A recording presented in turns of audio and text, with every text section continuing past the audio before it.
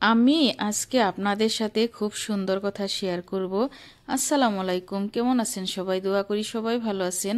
আলহামদুলিল্লাহ, আল্লাহর রহমতে আমিও ভালো আছি। যখন আমরা ছেলে বিয়া করাইতে চাই তখন সুন্দর এবং ভালো মেয়ে খুঁজি, তাই না? ভালো মেয়ে যদি ছেলের বউ হয় তাহলে তো ছেলে আর ছেলের পরিবার সুখী, আর যদি ভাই খারাপ হয় তাহলে তো আর দুঃখের সীমা নাই।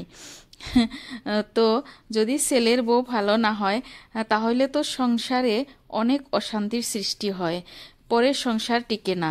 তাই অসৎ নারীকে চিনবেন কিভাবে, তার এই কয়েকটি লক্ষণ থাকবে। নাম্বার 1, যে নারী প্রচুর অর্থ ভোগ বিলাসিতাতে নিজের সুখ খুঁজে পায়। নাম্বার 2, যে নারী বয়স্ক ব্যক্তিকে সম্মান দিতে চায় না বা সম্মান দিয়ে কথা বলে না। নাম্বার 3, যে নারী স্বামীর উপর চেঁচিয়ে কথা বলে।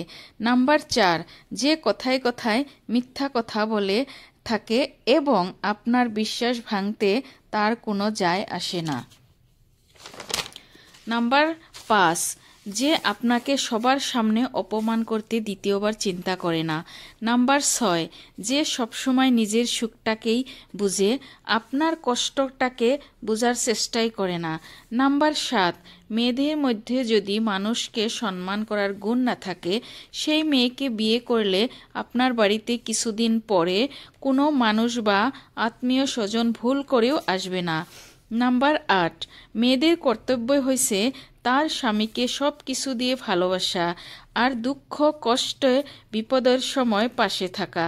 সেই মেয়ে যদি আপনার সুখের সময় আপনার পাশে থাকে আর দুঃখের সময় আপনাকে ছেড়ে চলে যাওয়ার ইচ্ছা করে, তাহলে তাকে বিয়ে না করাই ভালো। নাম্বার 9, সাংসারিক জীবনে অনেক ধরনের কষ্ট এসে থাকে, অনেক ধরনের কথা সহ্য করে নিতে হয়।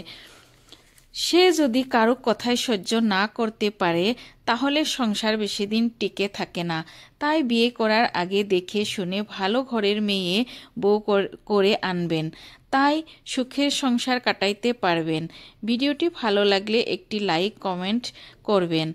আপনাদের লাইক কমেন্টে আমি আরও সুন্দর ভিডিও দিতে পারবো। আপনাদের সবার জন্যে দোয়া ও ভালোবাসা রইল, আমার জন্য দোয়া করবেন। আজকের মতো আসি। আসসালামু আলাইকুম।